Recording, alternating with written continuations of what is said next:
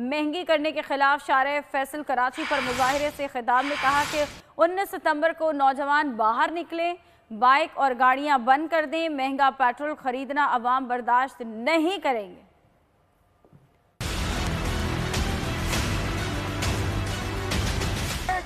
के निजाम को इंशाअल्लाह हम कबूल नहीं करते।